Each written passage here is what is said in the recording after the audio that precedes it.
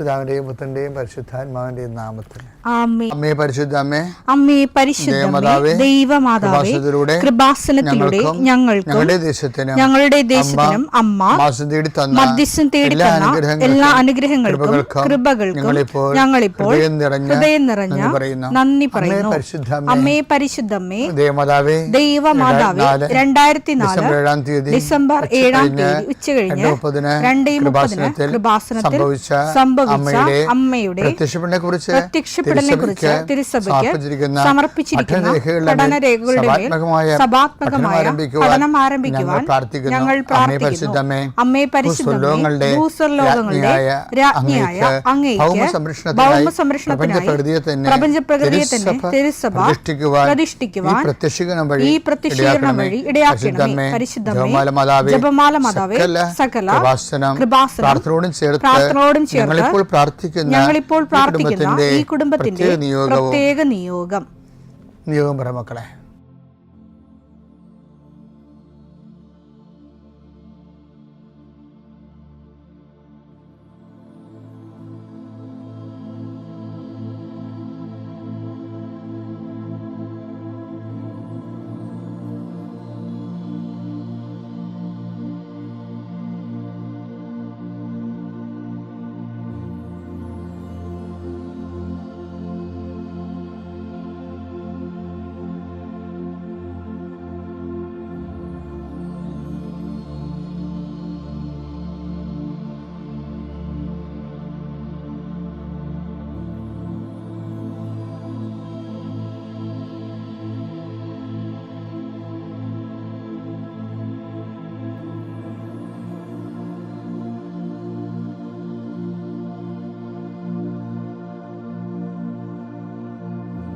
അമ്മയുടെ പ്രത്യക്ഷീകരണത്തിന്റെ ഈ അനുഗ്രഹവേളയിൽ ഞങ്ങൾക്ക് സാധിച്ചു തരുവാൻ കനിയണമേ.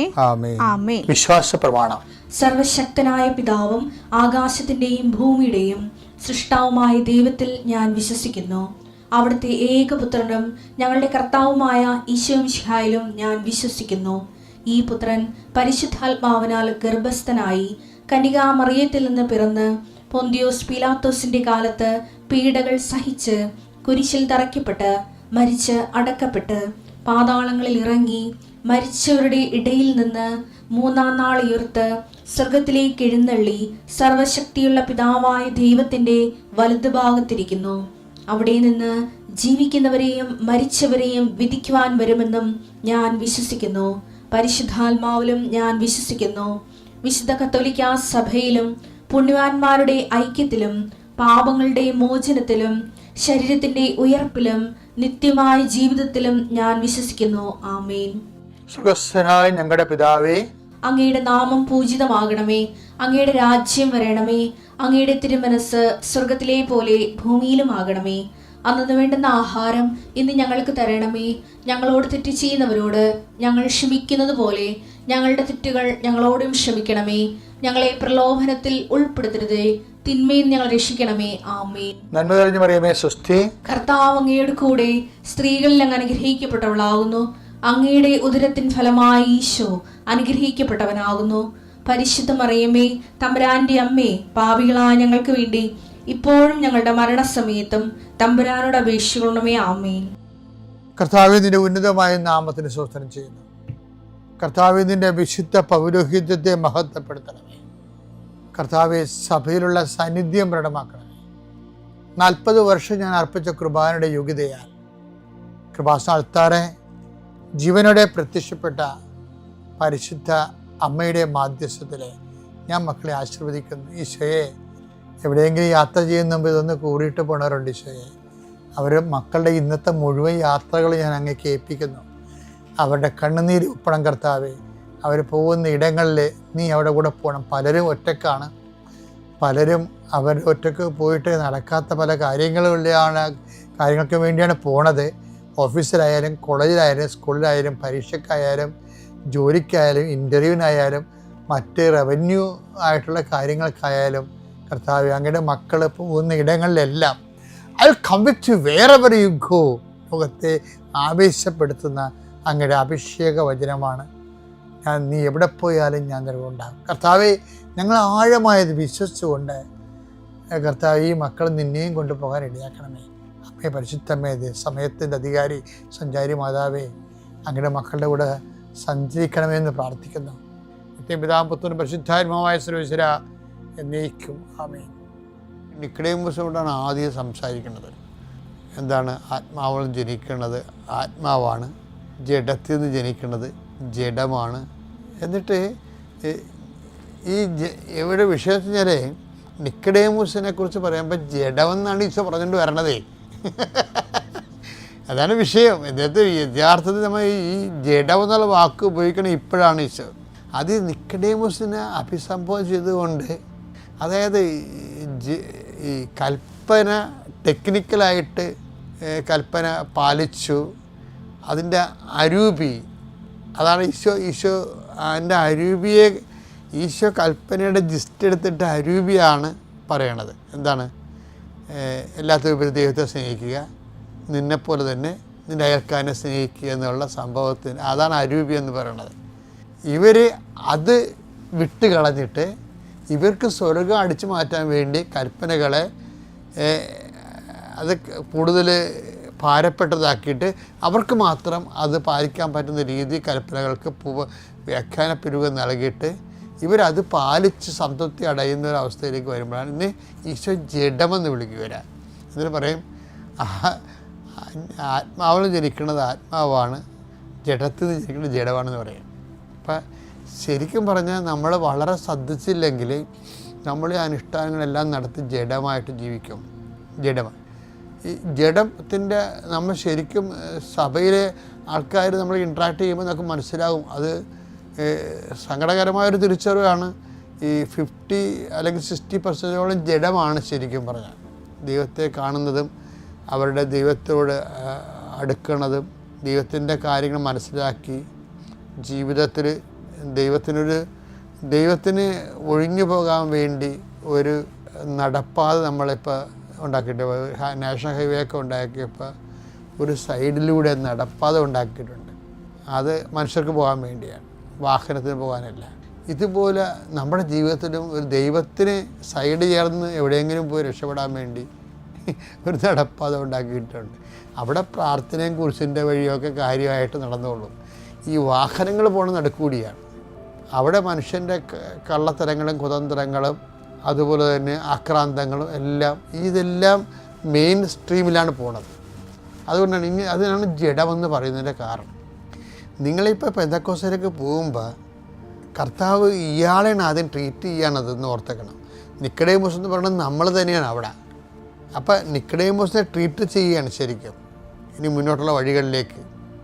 ഇനി ഓരോരുത്തരുടെ ഈശോ എടുത്തെടുത്ത് ട്രീറ്റ് ചെയ്യണേ കാണാം. ഇപ്പം 4-ാമത്തെ അധ്യായത്തിൽ ചെല്ലുമ്പോൾ ഈശോ സമരക്കാരത്തെ ട്രീറ്റ് ചെയ്യും.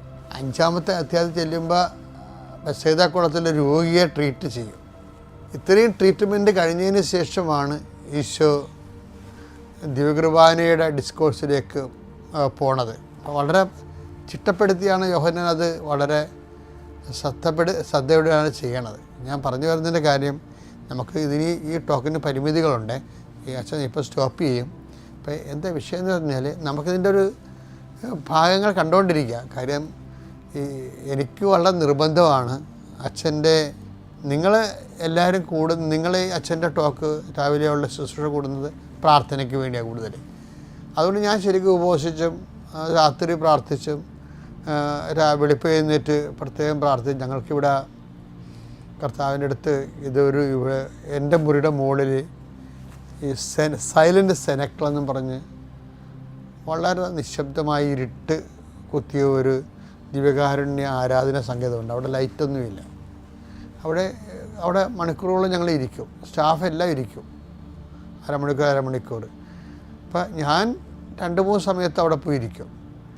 അതുപോലെ അങ്ങനെ കർത്താവുമായിട്ട് ആലോചിച്ചും ചിന്തിച്ചും പ്രാർത്ഥിച്ചാണ് നിങ്ങളോട് പല കാര്യങ്ങളും സംസാരിക്കുന്നത്. അപ്പം നിങ്ങളോട് സംസാരിക്കുമ്പോൾ നിങ്ങൾ ചെയ്യേണ്ടതെന്ന് വെച്ചാൽ നിങ്ങൾ ചുമ്മാ ഒരു വയറന്മാരായിട്ട് പോകരുത്. മറിച്ച് കർത്താവ് പറഞ്ഞ പോലെ ആത്മാവിൽ നിന്ന് ജനിക്കുന്നത് ആത്മാവും ജഡത്തിൽ നിന്ന് ജനിക്കുന്നത് ജഡവുമാണ്. അപ്പം ജഡികമായിട്ട് തന്നെ പോയാൽ നമ്മൾ ജഡികമായിട്ട് തന്നെ മരിക്കും. അതുകൊണ്ട് പെന്തക്കോസ്തയിലേക്ക് പോകുമ്പോൾ നമ്മൾ ആത്മാവിൽ വളരുന്നതിനെക്കുറിച്ച് ചിന്തിക്കുകയും അതിന് പറ്റുന്ന രീതിയിൽ നിങ്ങൾ ജഡത്തെ പാകപ്പെടുത്തുകയും ചെയ്യണം. അപ്പം ആത്മാവിന് ജഡത്തെ പാകപ്പെടുത്താൻ വേണ്ടിയാണ് ശരിക്കും ഈ കൽപ്പനകളെല്ലാം വന്നത്. ജഡത്തെ പാകപ്പെടുത്തിയെടുക്കാൻ. പക്ഷേ ഉള്ള ഒരു പ്രശ്നം എന്ന് പറയുന്നത്, ഇപ്പോൾ ഒരു കല്ലും ഒരു കാറ്റും തമ്മിൽ വല്ല മാർഗമുണ്ട്. അപ്പോൾ തമ്മിൽ തണ്ണി രണ്ടല്ലേ.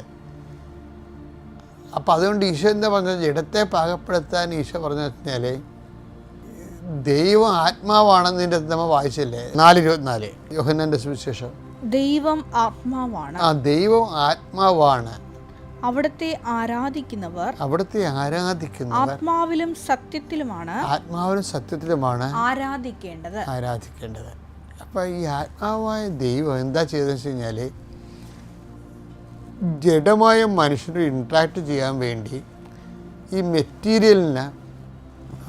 മെറ്റീരിയലാണല്ലോ, ഈ മെറ്റീരിയലിന് ദൈവം ഡിവിനൈസ് ചെയ്തെടുക്കും. ദൈവത്തിന് പ്രവർത്തിക്കാൻ പറ്റുന്ന രീതിയിലെടുക്കും. അതെങ്ങനെ എടുക്കണമെന്ന് വെച്ച് കഴിഞ്ഞാൽ, അതാണ് ഈ 3:16 പറയണത്. തൻ്റെ ഏകജാതയെ നൽകാൻ തക്ക വിധം ദൈവം അത്രമാത്രം ലോകത്തെ സ്നേഹിച്ചു. എന്തെന്നാൽ അവനിൽ വിശ്വസിക്കുന്ന ഏവനും നശിച്ചു പോകാതെ നിത്യജീവൻ പ്രാപിക്കുന്നതിന് വേണ്ടി തന്റെ ഏകജാതനെ നൽകാൻ തക്കവിധം ദൈവം ലോകത്തെ അത്രമാത്രം സ്നേഹിച്ചു. അപ്പം നമ്മൾ ഓർക്കും, ഈ ഏകജാതനിലൂടെ ചെയ്തതെന്താണെന്ന് വെച്ച് കഴിഞ്ഞാൽ, ദൈവത്തിൻ്റെ സ്നേഹം ഈ നമ്മളിലേക്ക് ഇപ്പോൾ കറണ്ട് കടത്തി വിടണ പോലെ ദൈവസ്നേഹം കടത്തി വിട്ടിട്ട് ഈ മെറ്റീരിയലിനെ ശരിക്കും സ്പിരിച്വലൈസ് ചെയ്താണ് ഈ കണ്ടത്. മെറ്റീരിയലിന് അപ്പം നമ്മളിൽ ദൈവത്തോട് സ്നേഹത്തിൻ്റെ ലെവൽ വർദ്ധിക്കുന്നതനുസരിച്ച് നമ്മളാകുന്ന ജഡം മെറ്റീരിയലിന് സ്പിരിച്വലൈസ് ആകും. അങ്ങനെ വന്നു കഴിഞ്ഞാൽ ഉള്ള ഗുണമെന്ന് വെച്ച് കഴിഞ്ഞാൽ ദൈവത്തിന് കമ്മ്യൂണിക്കബിൾ ആകും. അല്ലെങ്കിൽ ജഡമായിട്ടിരിക്കും, ദൈവമായിട്ടിരിക്കും. ഇതിൻ്റെ അകത്ത് ഇൻ്റർ കമ്മ്യൂണിക്കേഷൻ ഒന്നും നടക്കത്തില്ല. അപ്പോൾ നമുക്കുള്ള ഒരു പരിശുദ്ധാത്മാവിനെ സ്വീകരിക്കാനും ആത്മാവിനെ നിറയാനും വളരാനുള്ളൊരു മാർഗം ക്രിസ്തുവിലൂടെ വെളിപ്പെട്ട സ്നേഹത്തിൻ്റെ സാക്ഷിയായി മാറാൻ വേണ്ടി നമ്മൾ ബോധപൂർവ്വം ശ്രമിക്കണം. ഒന്ന് പ്രാർത്ഥിച്ച്, കർത്താവായ ദൈവമേ ജഡമായ എന്നെ ദൈവത്തോട് കമ്മ്യൂണിക്കേറ്റ് ചെയ്യാൻ പറ്റുന്ന ഒരു വ്യക്തിയായി മാറ്റുന്നതിന് ദൈവം കണ്ടുപിടിച്ച ഏറ്റവും വലിയ രഹസ്യമായ ക്രിസ്തുവിലൂടെ വെളിപ്പെട്ട ദൈവസ്നേഹത്തിന്റെ സാക്ഷിയായി ആ സ്നേഹം കൈമാറുന്ന സാക്ഷിയായി എന്നെ വളർത്തി പെന്തക്കോസ്ത അനുഭവത്തിലേക്ക് എന്നെ ഒരുക്കണമേ. പിതാവിന്റെയും പുത്രന്റെയും പരിശുദ്ധാത്മാവിന്റെയും നാമത്തിൽ. ഏകദൈവത്തിനും പരിശുദ്ധ അമ്മയ്ക്കും മഹത്വം ഉണ്ടായിരിക്കട്ടെ. എൻ്റെ പേര് സൗമ്യ, എൻ്റെ ഹസ്ബൻഡ് ടോണി ജോൺ, മക്കൾ ജുവൽ ആൻഡ് ജിയോൺ. ഞാൻ 2019 ഡിസംബർ 13 ഉടമ്പടി എടുത്തത്. ഞാൻ ആ ഉടമ്പടി എടുക്കുന്ന സമയത്ത് ഞാൻ വെറും ഒരു 0 ആയിരുന്നു എന്ന് വേണമെങ്കിൽ പറയാം. നാട്ടിൽ മലയാളം മീഡിയത്തിൽ പഠിച്ച് ജനറൽ നേഴ്സായിട്ട് ജോലി ചെയ്തുകൊണ്ടിരുന്ന ഞാൻ ഉടമ്പടി എടുത്തതിന് ശേഷം OET എക്സാം ഫസ്റ്റ് അറ്റംപ്റ്റിൽ തന്നെ പാസ്സായി.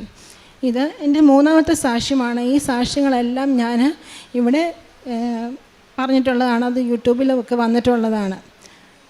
അതിനുശേഷം 9 മാസത്തിന് അതിനുശേഷം എക്സാമുകളെല്ലാം പാസ്സായി, ഇൻ്റർവ്യൂ എല്ലാം പാസ്സായി.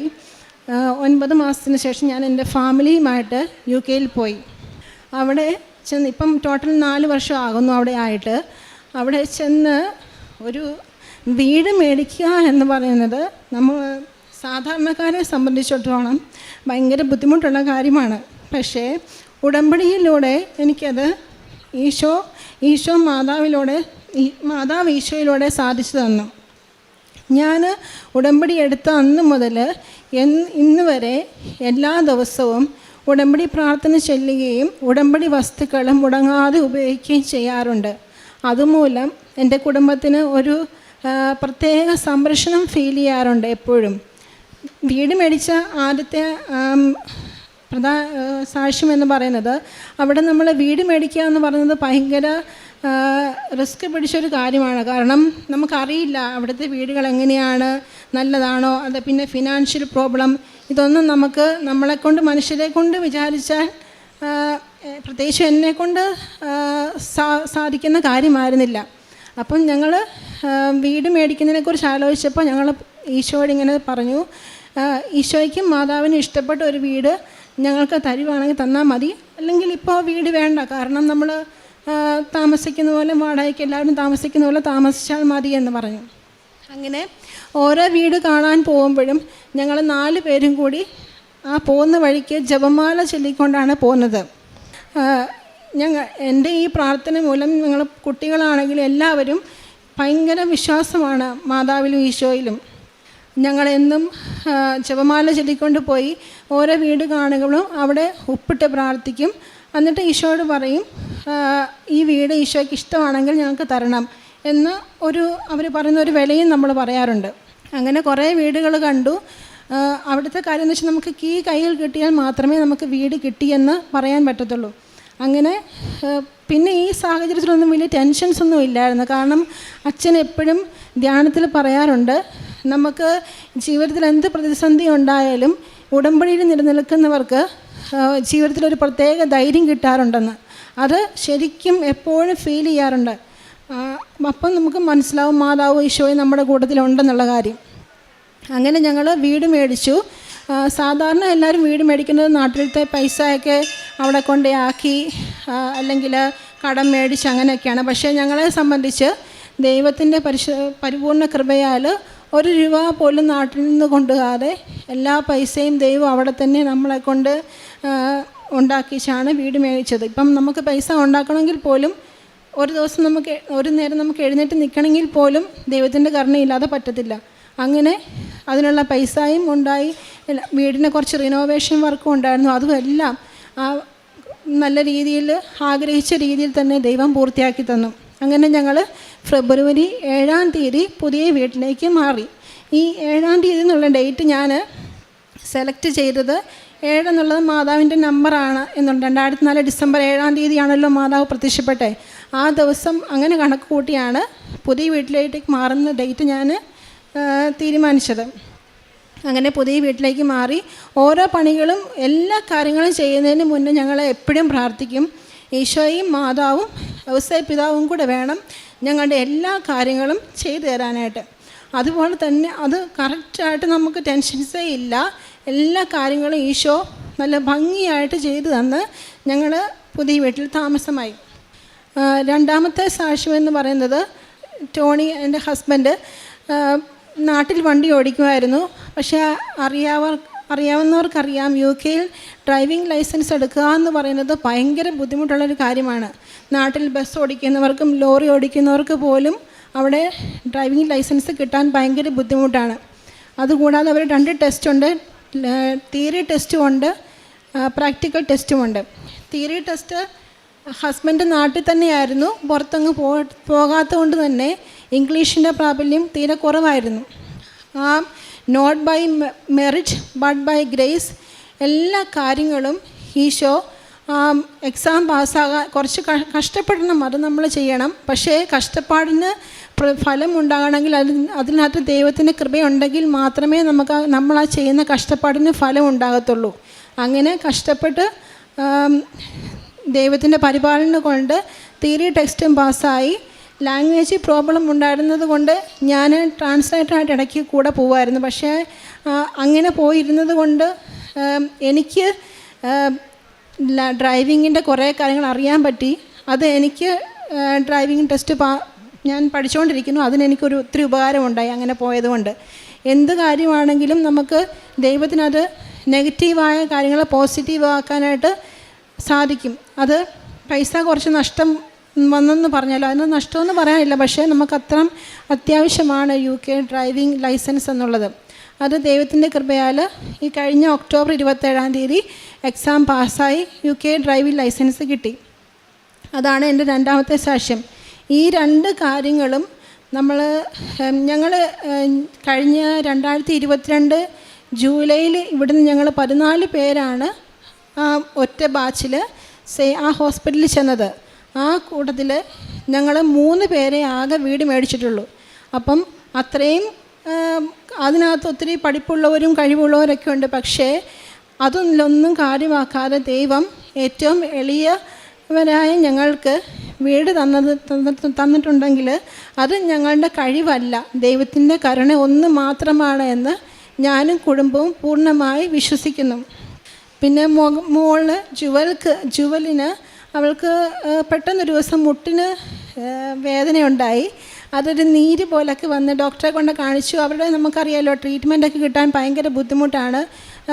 അവർ കുറേ സമയം എടുക്കും ഡയഗ്നോസിസ് ചെയ്യാനും. മെഡിസിനൊന്നും കൊടുക്കത്തൊന്നുമില്ല. അപ്പോൾ ഞങ്ങളെന്നും ഉടമ്പടി വസ്തുക്കൾ ഉപയോഗിച്ച് പ്രാർത്ഥിക്കുന്നതുകൊണ്ട് ഈ മുട്ടിന് വേദന ഉണ്ടായപ്പോൾ ഞാൻ അവരുടെ മുട്ടിലും ഉടമ്പടി തൈലം തേച്ച് വിശ്വാസ പ്രമാണം ചൊല്ലി പ്രാർത്ഥിക്കുമായിരുന്നു. കുട്ടികൾക്കും അത് ഭയങ്കര വിശ്വാസമാണ്. അവർക്ക് എന്ത് അസുഖം വന്നാലും അവർ ഓടി എൻ്റെ അടുത്ത് വന്നിട്ട് ഉടമ്പടി തൈലം അല്ലെങ്കിൽ ഉപ്പ് ഉപയോഗിക്കാറുണ്ട്. ഏകദേശം 9 മാസത്തോളം ആ മുട്ടിന് വേദനയും നീരും ഉണ്ടായിരുന്നു. അവരുടെ ഡോക്ടേഴ്സ് പറഞ്ഞത് ജുവനൈൽ ആർത്രൈറ്റീസ് എന്നാണ്. അതിൻ്റെ ട്രീറ്റ്മെൻറ്റ് സ്റ്റീറോയിഡ് ഇഞ്ചക്ഷൻ മുട്ടിനകത്ത് കുത്തിവെക്കുകയാണ് ട്രീറ്റ്മെൻറ്റ് എന്നാണ് പറഞ്ഞത്. നമുക്കവിടെ ഒരു ഹോസ്പിറ്റലിൽ പോയി കഴിഞ്ഞാൽ ട്രീറ്റ്മെൻറ്റ് കിട്ടാനും ഡോക്ടേഴ്സിൻ്റെ ഒപ്പീനിയൻ കിട്ടാനൊക്കെ ഭയങ്കര പാടാണ്. അപ്പോൾ ഞങ്ങൾ കൊന്തയൊക്കെ ചൊല്ലിയാണ് എപ്പോഴും പ്രാർത്ഥിക്കുന്നതും എവിടെയെങ്കിലും പോകുന്നതുമൊക്കെ. അപ്പോൾ അവിടെ വേറൊരു ഹോസ്പിറ്റലിൽ കൊണ്ട് കാണിച്ചപ്പോൾ ഒരു മലയാളി ഡോക്ടർ വന്നിട്ട് ശരിക്കും മാതാവ്, ഞാൻ പോയപ്പം പറഞ്ഞായിരുന്നു, മാതാവ് ഞങ്ങൾക്കിവിടെ ആരെയും പരിചയമില്ല, അമ്മ മാതാവ് തന്നെ വന്ന് കാര്യങ്ങൾക്ക് തീരുമാനം ഉണ്ടാക്കണമെന്ന് പറഞ്ഞു. അങ്ങനെ അത്ഭുതമാണെന്ന് പറയുന്ന വിധം ഒരു ഡോക്ടർ, മലയാളി ഡോക്ടർ വന്നിട്ട് ഇങ്ങോട്ട് കയറി വന്ന് സംസാരിച്ചിട്ട്, ഓർത്തോ ഡോക്ടറാണ്, ഡോക്ടർ പറഞ്ഞു ഞാൻ നോക്കാം എന്ന് പറഞ്ഞ് നോക്കിയപ്പോഴത്തേനും MRI സ്കാൻ ചെയ്യണമെന്ന് പറഞ്ഞു. അപ്പോൾ MRI സ്കാനിന് ഡേറ്റ് കിട്ടിയത് 3 മാസം കഴിഞ്ഞിട്ടാണ്. അപ്പോൾ ഓൾറെഡി എൻ്റെ മോള് 6 മാസത്തോളം മുട്ടുവേദനയായിട്ട് ബുദ്ധിമുട്ടുണ്ടെന്നുണ്ടായിരുന്നു. അപ്പോൾ ഡോക്ടർ പറഞ്ഞു 3 മാസത്തോളം നമുക്ക് വെയിറ്റ് ചെയ്യാൻ പറ്റില്ല, ഇത് സ്വെല്ലിങ് ഉള്ള കാരണം എന്നാന്ന് കണ്ടുപിടിക്കണം, എനിക്ക് ചെറിയ ഡൗട്ടൊക്കെ ഉണ്ടെന്ന് പറഞ്ഞു. അങ്ങനെ ആ ഡോക്ടർ തന്നെ പോയി MRI ഡിപ്പാർട്ട്മെൻറ്റിൽ സംസാരിച്ച് 3 മാസം എന്നുള്ള പറഞ്ഞ സ്കാനിങ് പിറ്റേ ദിവസം തന്നെ ചെയ്യുകയും അതിനകത്ത് ഫുൾ കളക്ഷൻ ഉണ്ടെന്ന് കണ്ടുപിടിക്കുകയും ചെയ്തു. അങ്ങനെ ഡോക്ടർ മരുന്നൊക്കെ തന്നു. പക്ഷേ ആ മരുന്നൊക്കെ ഇച്ചിരി സ്ട്രോങ് ആയതുകൊണ്ട് ഞാൻ ആ മരുന്നൊന്നും കൊടുത്തില്ല. കൃപാസനം വിശുദ്ധ തൈലം പൂശി പ്രാർത്ഥിക്കുകയും ഉപ്പ് കൊടുക്കുകയൊക്കെ ചെയ്തു. അങ്ങനെ ഫൈനലായിട്ടൊരു USG സ്കാനിങ് പറഞ്ഞു. ആ സ്കാനിങ്ങിനകത്ത് ഫ്ലൂയിഡ് കളക്ഷൻ ഉണ്ടെങ്കിൽ സ്റ്റീറോയിഡ് ഇഞ്ചക്ഷൻ മരപ്പിച്ചിട്ട് കുത്തി വെക്കണമെന്ന് പറഞ്ഞായിരുന്നു. അങ്ങനെ കാശുരൂപം കൊണ്ടാണ് ഞാൻ എപ്പോഴും നടക്കുന്നത്. ഞാൻ എവിടെ പോയാലും ഏത് സമയത്തും എൻ്റെ കയ്യിൽ എപ്പോഴും കാശുരൂപമുണ്ട്. കാശുരൂപം ഇല്ലാത്ത ഒരു സമയം ഒരിടത്തും ഞാൻ പോകാറില്ല. അങ്ങനെ കാശുരൂപം സ്കാൻ ചെയ്തുകൊണ്ടിരിക്കുന്ന സമയത്ത് ഞാൻ കാശുരൂപം മുറുകെ പിടിച്ച് പ്രാർത്ഥിച്ചുകൊണ്ടിരുന്നു, വിശ്വാസപ്രമാണം ചൊല്ലിക്കൊണ്ടിരുന്നു. ആ സ്കാൻ ചെയ്ത ഡോക്ടേഴ്സ് പറഞ്ഞു ഇതിനകത്തൊരു ഫ്ലൂയിഡ് കളക്ഷൻ ഒന്നും കാണാനില്ല, ഒരു പ്രശ്നവും ഇല്ല എന്ന് പറഞ്ഞു. അങ്ങനെ സ്റ്റീറോയിഡ് ഇഞ്ചക്ഷൻ എടുക്കണമെന്ന് പറഞ്ഞ് ആ വേദന പയ്യെ മാറി, ഒരു കുഴപ്പമില്ലാതെ മോൾക്ക് ഒരു ബുദ്ധിമുട്ടും ഇല്ല. ഇപ്പം ആ മുട്ടുവേദനയുടെ ഇതായിട്ട് ഒരു മരുന്നോ ഒരു ട്രീറ്റ്മെൻറ്റോ ഒന്നും എടുക്കേണ്ടി വന്നില്ല. അങ്ങനെ വലിയൊരു അത്ഭുതം നമുക്ക് സംഭവിച്ചു. നമ്മൾ നാട്ടിലൊക്കെ വരാനിരിക്കുമായിരുന്നു ട്രീറ്റ്മെൻറ്റ് ഇങ്ങനെ ഡിലേ ആവുന്നത് കൊണ്ട്. പക്ഷേ ഒന്നും വേണ്ടി വന്നില്ല. ദൈവം അവിടുന്ന് തന്നെ വലിയൊരു സൗഖ്യം നൽകി. പിന്നെ ഉടമ്പടിയിൽ നിലനിൽക്കുന്നതുകൊണ്ട് നമുക്ക് എപ്പോഴും ഒരു പ്രത്യേക സംരക്ഷണം ഫീൽ ചെയ്യാറുണ്ട്. ബൈബിളൊക്കെ എടുത്ത് പ്രാർത്ഥിക്കുമ്പോൾ ഞാനൊരു സ്വർഗസ്നേതാവേയും നന്മ നിറഞ്ഞ മറിയമേയും പിതാവിനും പുത്രനും പരിശുദ്ധാത്മാവിനുള്ള പ്രാർത്ഥനയും ചൊല്ലിയിട്ട് ബൈബിളും എടുത്ത് പ്രാർത്ഥിച്ചു കഴിഞ്ഞാൽ കറക്റ്റ് വചനം എനിക്ക് കിട്ടും. എന്താണ് ഇപ്പോൾ വീട് കാണാനൊക്കെ പോവുകയാണെങ്കിൽ ഞങ്ങൾക്കിപ്പോൾ കിട്ടിയ ഈ വീട് കാണാൻ പോകുമ്പം ഞാൻ വചനം എടുത്ത് പ്രാർത്ഥിച്ച് കറക്റ്റ് ആ വീട് കിട്ടുന്ന രീതിയിലുള്ള വചനമാണ് എനിക്ക് കിട്ടിയത്. അപ്പം ഞാൻ പറഞ്ഞായിരുന്നു നമുക്ക് മിക്കവാറും ആ വീട് കിട്ടുമായിരിക്കും എന്ന് പറഞ്ഞായിരുന്നു.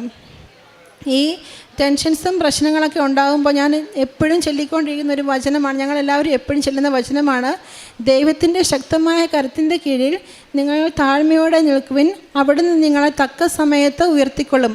നിങ്ങളുടെ ഉത്കണ്ഠകളെല്ലാം നിങ്ങൾ അവിടുത്തെ ഏൽപ്പിക്കുവിൻ, അവിടുന്ന് നിങ്ങളുടെ കാര്യത്തിൽ ശ്രദ്ധാലുവാണ്. 1 പത്രോസ് 5:6.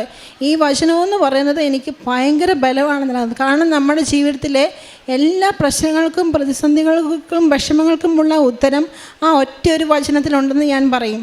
കാരണം നമ്മളൊന്നിനെക്കുറിച്ചും ടെൻഷൻ അടിക്കേണ്ട കാര്യമില്ല. നമ്മൾ ദൈവത്തിൻ്റെ സന്നിധിയിൽ താഴ്മയോടെ നിലനിന്ന് കഴിഞ്ഞാൽ ദൈവം തക്ക സമയത്ത് നമുക്ക് വേണ്ടതെല്ലാം ചെയ്തു തരും. നമ്മൾ ഒന്നിനെക്കുറിച്ചും ടെൻഷൻ അടിക്കേണ്ട കാര്യമില്ല. ചിലപ്പോഴൊക്കെ ഞാൻ പ്രാർത്ഥിക്കുമ്പോൾ ചില അനുഭവങ്ങൾ ഇങ്ങനെ എനിക്ക് തോന്നാറുണ്ട്. കാരണം ഈശോ എന്നെ കാണുന്നുണ്ടോ നോക്കുന്നുണ്ടോ എന്നൊക്കെ. അപ്പം എൻ്റെ മനസ്സിലിങ്ങനെ വരുന്നൊരു ചിന്തയാണ്, കുട്ടികൾ, നമ്മുടെ മക്കൾ നമ്മുടെ കയ്യിൽ അല്ലെങ്കിൽ നമ്മുടെ കൂടെ എന്ത് ഫ്രീ ആയിട്ടാണ് അവർ ജീവിക്കുന്നത്. അവർക്കൊരു ടെൻഷൻസോ പ്രശ്നങ്ങളോ ഒന്നുമില്ല. അതിന് കാരണം അവർക്ക് നമ്മളിലുള്ള വിശ്വാസമാണ്. അതായത് നമ്മൾ അവരെ സംരക്ഷിക്കും, നമ്മളുടെ കീഴിൽ അവർ സേഫാണ് എന്നുള്ളൊരു വിശ്വാസം ഉള്ളത് കൊണ്ടാണ് അവരങ്ങനെ ഫ്രീ ആയിട്ട് ജീവിക്കുന്നത്. അപ്പോൾ നമുക്ക് ഇത്രയും ശക്തനായ ഒരു ദൈവവും നമുക്ക് മധ്യസ്ഥയായിട്ട് പരിശുദ്ധ കന്യാമറിയവും ഉണ്ടെങ്കിൽ നമ്മൾ എന്തിനാണ് ടെൻഷൻ അടിക്കുന്നത് എന്ന് എനിക്ക് അങ്ങനെ ഒരു ചിന്ത വന്നു. അത് അങ്ങനെ ഒരു ചിന്ത വന്നാൽ പിന്നെ ഈ വചനം പറഞ്ഞ് പ്രാർത്ഥിക്കും. എനിക്കങ്ങനെ എന്തുണ്ടായാലും അങ്ങനെ ചെറിയൊരു ഇത് തോന്നുകയല്ലാതെ പ്രത്യേകിച്ച് പെട്ടെന്ന് അങ്ങനെ വിഷമങ്ങൾ അങ്ങ് അധികം നേരം നിൽക്കാറില്ല. ഫ്രീ ആയിട്ട് ഞാനതങ്ങ് മറന്നു പോകും. പിന്നെ മറ്റൊരു സംഭവം, ഒരു ദിവസം പെട്ടെന്ന് ടോണിക്ക് ഉറങ്ങിക്കൊണ്ടിരുന്ന സമയത്ത് ഒരു 3 മണിയായപ്പോഴത്തേനും ഒരു ചെറിയ ഞരക്കം കേട്ട് ഞാൻ ഉണർന്നപ്പോഴത്തേനും ടോണി വേദനയെടുത്തിങ്ങനെ പൊളയുകയാണ്. അപ്പം ഞാൻ എന്ത് പറ്റിയെന്ന് ചോദിച്ചപ്പോഴത്തേനും പറഞ്ഞു, പെടലിക്ക് എന്തോ സംതിങ് ഭയങ്കര വേദനയാണെന്ന് പറഞ്ഞു. നോക്കിയിട്ട് ഭയങ്കര വേദനയാണ്, പെടലി അനക്കാൻ പോലും പറ്റുന്നില്ല. അപ്പം ഞാൻ ആലോചിച്ച് എന്ത് ചെയ്യും, നമുക്ക് അവിടെ ഒരു ട്രീറ്റ്മെൻറ്റ് കിട്ടണമെങ്കിൽ ഒന്നും ചെയ്യാൻ പറ്റില്ല, ഹോസ്പിറ്റലിൽ കൊണ്ടുപോകാനും പറ്റത്തില്ല, അനങ്ങാൻ പോലും പറ്റാത്ത ആളെ എങ്ങനെ ഹോസ്പിറ്റലിൽ കൊണ്ടുപോകും, അവിടെ ചെന്നാൽ തന്നെ ട്രീറ്റ്മെൻറ്റ് ഒത്തിരി ഡിലേ ആവും. അപ്പം ഞാൻ വിശുദ്ധ തൈലം വിശ്വാസ പ്രമാണം ചൊല്ലി കഴുത്തിൻ്റെ പുറകിൽ ഒരു തരത്തിൽ കഴുത്തനക്കാൻ വയ്യ എങ്കിൽ കൂടി ഒരു തരത്തിൽ ഞാൻ പുരട്ടിയിട്ട് മറ്റേ സ്ട്രോ വെച്ചിട്ട് തൽക്കാലത്തേക്ക് ഒരു പാരസിറ്റാമോളും കൂടെ കൊടുത്തു. അതൊന്നും കൊടുത്താലൊന്നും ഒന്നും ആവത്തില്ല, എന്നാലും ഒരു പാരസിറ്റാമോളും കൂടെ അങ്ങ് കൊടുത്തു. അങ്ങനെ കൊടുത്ത് കുറച്ച് കഴിഞ്ഞ് ഉറങ്ങി. വിശ്വാസ പ്രമാണം ചൊല്ലിക്കൊണ്ടിരുന്നു. അങ്ങനെ ഞങ്ങൾ രണ്ടുപേരും ഉറങ്ങിപ്പോയി. രാവിലെ എഴുന്നേറ്റപ്പോൾ അങ്ങനെ ഒരു വേദന ഉണ്ടായതിൻ്റെതായ ഒരു ബുദ്ധിമുട്ട് പോലും ഉണ്ടായില്ല. അത് കാരണം അതുപോലെ വേദനയായിരുന്നു. വേദന സാധാരണ ആണുങ്ങളൊക്കെ കരയാന്ന് പറയുന്നത് അതുപോലെ വേദന ഉണ്ടപ്പോഴായിരിക്കുമല്ലോ. അപ്പം എഴുന്നേറ്റ് കഴിഞ്ഞിട്ട് അതിൻ്റെ ഒരു ബുദ്ധിമുട്ട് പോലും ഉണ്ടായില്ല. അങ്ങനെ ഒരു എന്ത് ബുദ്ധിമുട്ടുണ്ടായെന്ന് പറഞ്ഞാലും എനിക്ക് ആദ്യം പോകുന്നത് വിശുദ്ധ വസ്തുക്കളോ കാശുരോ എടുത്താണ് ഞാൻ പ്രാർത്ഥിക്കുന്നത്. അത്രമാത്രം ഞങ്ങളുടെ കുടുംബം ഉടമ്പടിയിലാണ് ജീവിക്കുന്നത്. ആത്മീയ ജീവിതത്തിലുള്ള ഉയർച്ച എന്ന് പറഞ്ഞാൽ ഉടമ്പടി എടുത്തതിൽ പിന്നെ ഞങ്ങൾ ഇതുവരെ കുടുംബ പ്രാർത്ഥന മുടക്കിയിട്ടില്ല.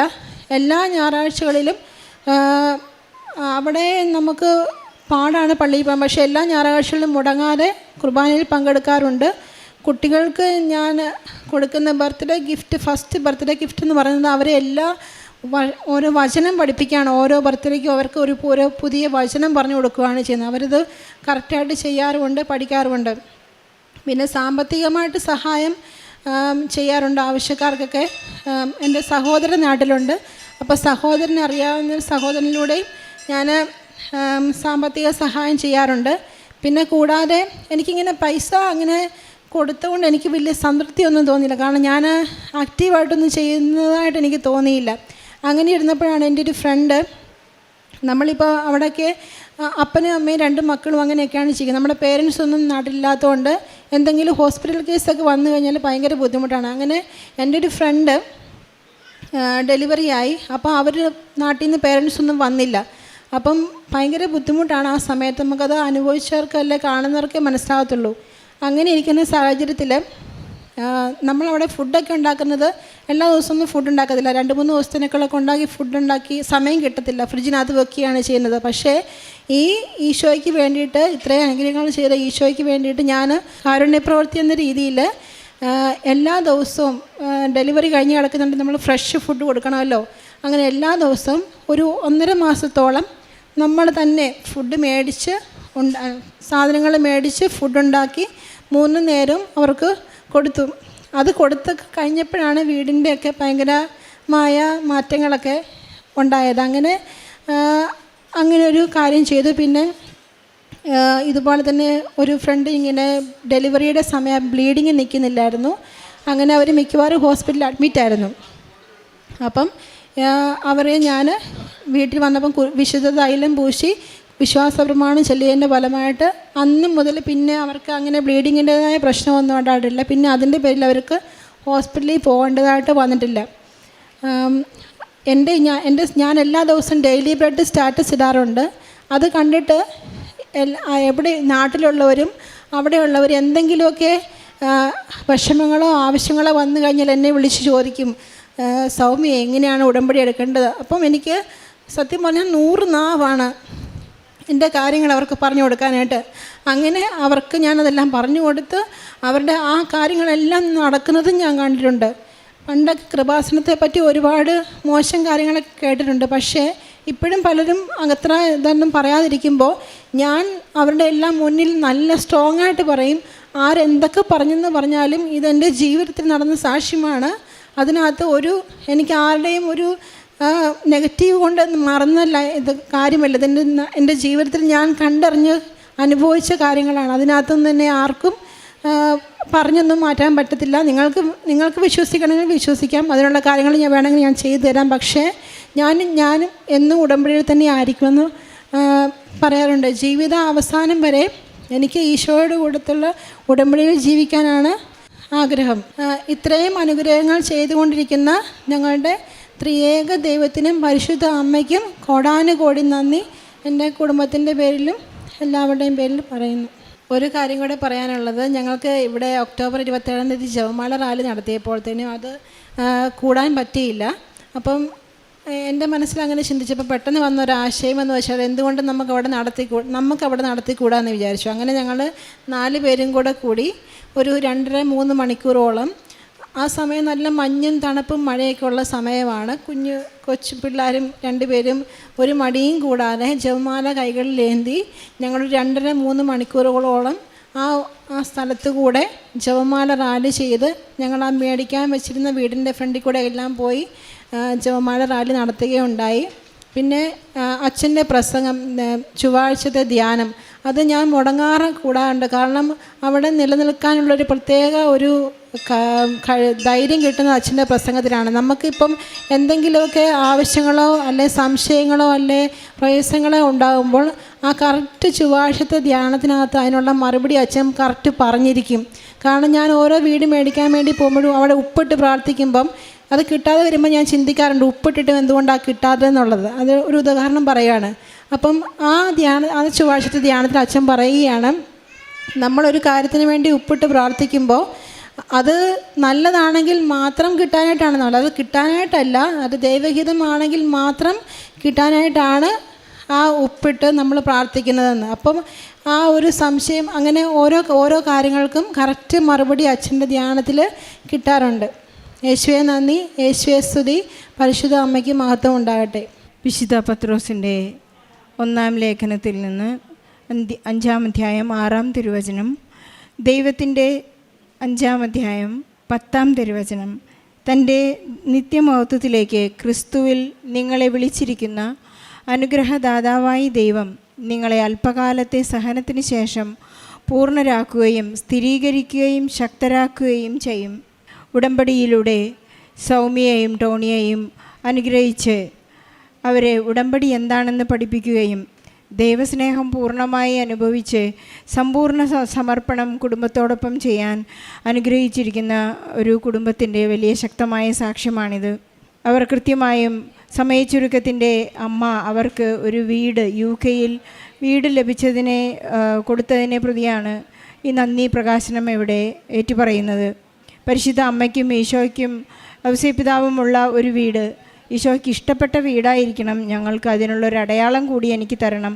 7 എന്ന നമ്പറുള്ള പരിശുദ്ധ അമ്മയുടെ നമ്പറായ അങ്ങനെ ഈശോയ്ക്ക് ഇഷ്ടമുള്ളൊരു വീടായിരിക്കണം ഞങ്ങൾക്ക് നൽകേണ്ടത് എന്ന് പ്രാർത്ഥിച്ചുകൊണ്ടിരുന്നപ്പോൾ സൗമ്യയുടെ തന്നെ വാക്കുകളിൽ 14 ബാച്ചാണ് ഇവിടുന്ന് പോയത്, 14 പേര്. പക്ഷേ എണ്ണി എടുത്ത 2-3 പേർക്ക് മാത്രമേ അവിടെ സ്വന്തമായിട്ടൊരു വീട് മേടിക്കാനായിട്ട് അവർക്ക് സാധിച്ചിട്ടുള്ളൂ. അത് കൃത്യമായും not by merit but by grace എന്ന അടിസ്ഥാനത്തിൽ അവർ തന്നെ അധ്വാനിച്ചെങ്കിലും അത് കൃപയിലൂടെയാണ് അവർക്ക് വീട് ലഭിച്ചത് എന്ന് അവർ ഏറ്റു പറയുന്നു. എത്ര തന്നെ നമുക്ക് ആൾബലവും സമ്പാദ്യവും എല്ലാം ഉണ്ടായാലും നമ്മൾ ആഗ്രഹിക്കുന്നതോ അല്ലെങ്കിൽ നമ്മൾ ആവശ്യപ്പെടുന്ന സമയത്തോ ലഭിക്കണമെന്ന് നിർബന്ധമില്ല. ഇവിടെയാണ് ഉടമ്പടി വർക്ക് ചെയ്യുന്നുവെന്ന് ഓരോരുത്തരും തിരിച്ചറിയുന്നത്. അതുപോലെ തന്നെ ടോണി ജീവിത പങ്കാളിയുടെ ഡ്രൈവിംഗ് ലൈസൻസിനെ കുറിച്ച് മകൾ പറയുകയുണ്ടായി. എത്ര തന്നെ നമുക്ക് ഇംഗ്ലീഷ് ഭാഷ അറിഞ്ഞാലും അല്ലെങ്കിൽ ഡ്രൈവിംഗ് ടെസ്റ്റിന് പോകുന്ന സമയത്ത് നമുക്ക് സ്കിൽഡ് ആണെങ്കിൽ തന്നെയും കമ്പ്യൂട്ടർ വർക്ക് ചെയ്യുന്ന സമയത്ത് ബൈ മിസ്റ്റേക്ക് എന്തെങ്കിലുമൊക്കെ നമ്മൾ റോങ് ഡിജിറ്റ് കൊടുത്തു കഴിഞ്ഞാൽ തന്നെ നമ്മളൊരു വലിയ പരാജയമായി പല പ്രാവശ്യം കുത്തിയെടുക്കേണ്ട അനുഭവങ്ങൾ പലർക്കും ഉണ്ടായിട്ടുണ്ട്. പക്ഷേ ടോണിയുടെ കേസിൽ അവർക്ക് പരിശുദ്ധ അമ്മ തന്നെ ഇടപെട്ടുകൊണ്ട് അവരുടെ ജീവിതത്തിൽ അവർ ഉപയോഗിച്ചിരുന്ന ഇവിടെ നിന്ന് കൊണ്ടുപോയ നേർച്ച വസ്തുക്കളായ ഉടമ്പടി തൈലവും ഉടമ്പടി ഉപ്പും ഉടമ്പടി കാശുരൂപവുമായിരുന്നു അദ്ദേഹത്തിൻ്റെ പരിശുദ്ധ അമ്മ കൂടെയുണ്ടെന്നുള്ള ബലം. വളരെ പെട്ടെന്ന് അദ്ദേഹത്തിന് ഡ്രൈവിംഗ് ലൈസൻസ് പാസ്സാകുവാനും ഡ്രൈവിംഗ് ചെയ്യുവാനുമുള്ള സാധ്യത അദ്ദേഹത്തിനുണ്ടായി എന്നേറ്റ് പറയുന്നു. എളിയവരെ ഉയർത്തി എന്നാണ് സൗമ്യ ഇതിലേറ്റ് പറയുന്നത്.